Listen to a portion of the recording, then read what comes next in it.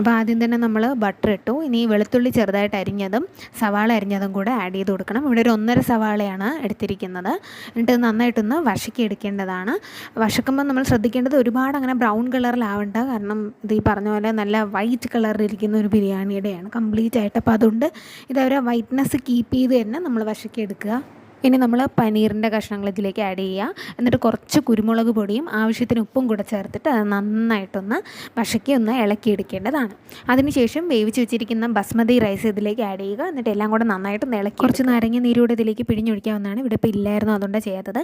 ഇനി നമ്മൾ കുറച്ച് കാഷ്യൂ നട്ട്സ് മൂപ്പിച്ച് ഇതിലേക്ക് ആഡ് ചെയ്യണം. മൂപ്പിക്കുമ്പോൾ ഒരുപാട് ബ്രൗൺ കളർ ആവരുത്. ഇവിടെ കുറച്ച് ബ്രൗൺ കളർ ആയിപ്പോയി, അത്രയും ആവണ്ട.